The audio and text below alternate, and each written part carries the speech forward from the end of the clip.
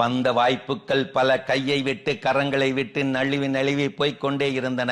அந்த நிலையிலே வர இருக்கும் புதியதொரு வாய்ப்பும் கைக்கு கிடைக்காமல் நழுவித்தான் போகும் என நிச்சயமாக அவனுக்கு தோன்றிய அந்த சூழலிலே என்னால் இயலாததால் தான் கடவுள் இதை தரவில்லை என்று மனதை தேற்றிக் கொண்டாலும் அவன் சொன்னான், இருந்தாலும் என் மீது கொஞ்சமாவது நம்பிக்கை வைத்து இந்த வாய்ப்பை எனக்கு தந்திருக்கலாமே இந்த பாழாய்ப்போன கடவுள். இப்படி பக்தியோடு புலம்பினானாம் அந்த பரிதாப பக்தன்.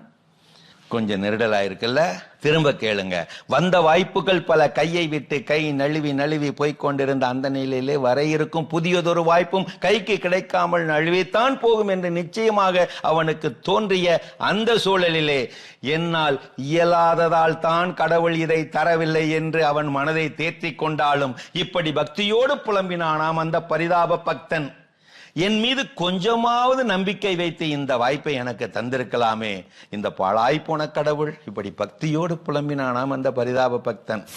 நம்பாதது வரை நம்மவர் இல்லை கடவுள். கடவுளுக்கு நீயும் ஒரு முறை வாய்ப்பு கொடு, உன் தளராத முயற்சியை பாராட்ட. வாய்ப்புகள் வளமாக வந்தால் கடவுள் வளமானவர், வாய்ப்புகள் வராவிட்டால் அவர் வளமற்றவரா? வாய்ப்புக்காக காத்திருப்பவருக்கும் வாய்ப்பை ஏற்படுத்தி கொண்டிருப்பவருக்கும் இடையிலே தான் இருக்கின்றார் அந்த இறைவன். கதவை தட்டாத காரணத்தால் நீ எத்தனையோ வாய்ப்புகளை இழந்து நிற்கின்றாய், மறவாதே. கடின உழைப்பு வெற்றியை தராமல் போகலாம், ஆனால் வெற்றிக்கான வாய்ப்பை அது நிச்சயம் அடுத்தடுத்து ஏற்படுத்தும்.